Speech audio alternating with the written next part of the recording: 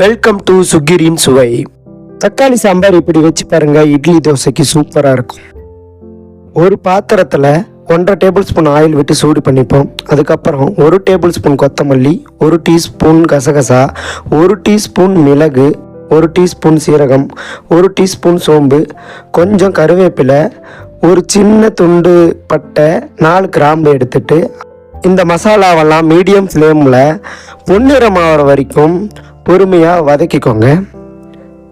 அதுக்கப்புறம் 4 பொடிச்ச தக்காளி சேர்த்து அது மேலே கொஞ்சம் உப்பு சேர்த்து அந்த தக்காளி நல்லா சாஃப்ட் ஆகிற வரைக்கும் நல்லா மீடியம் ஃப்ளேமில் வதக்கி கொடுங்க.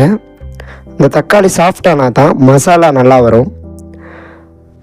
அதுக்கப்புறம் அரை மூடி தேங்காய் துருவல், 2 டேபிள் ஸ்பூன் பொட்டுக்கடலை சேர்த்து ஒரு 2 தடவை நல்லா வதக்கி கொடுத்து அதுக்கப்புறம் அடுப்பு அணைச்சிக்கோங்க. இதை நல்லா ஆற வச்சு ஒரு மிக்சி ஜாரில் மாற்றி கொஞ்சோண்டு தண்ணி விட்டு நல்லா மைய அரைச்சி எடுத்துக்கோங்க. மசாலா மைய அரைஞ்சிருந்தா தான் சாம்பாரில் திப்பி திப்பியாக வராமல் சாம்பார் சாப்பிட நல்லாயிருக்கும்.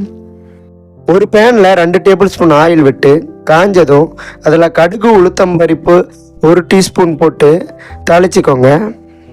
அது நல்லா பொன்னிறமானதும் கருவேப்பிலை சேர்த்து நல்லா தாளிச்சிட்டு 20 பல் பொடிச்ச சின்ன வெங்காயம் சேர்த்து பொன்னிறமாகிற வரைக்கும் மீடியம் ஃப்ளேமில் பொறுமையாக வதக்கிக்கோங்க. அதுக்கப்புறம் அரை டீஸ்பூன் மஞ்சத்தூள், 2 டீஸ்பூன் மிளகாத்தூள் சேர்த்து ஒரு தடவை நல்லா வதக்கி விட்டு கொஞ்சம் தண்ணி சேர்த்து 1 நிமிஷத்துக்கு நல்லா வதக்கி கொடுங்க. பின்னர் அரைச்ச மசாலாவை சேர்த்து தண்ணி கலக்காம 1 நிமிஷத்துக்கு அதை நல்லா வதக்கி கொடுங்க. அதுக்கப்புறம் தண்ணி கலந்து அதை 10 நிமிஷத்துக்கு நல்லா கொதிக்க விடுங்க. கொதிக்க விடும்போது நுரை அடங்கணும்.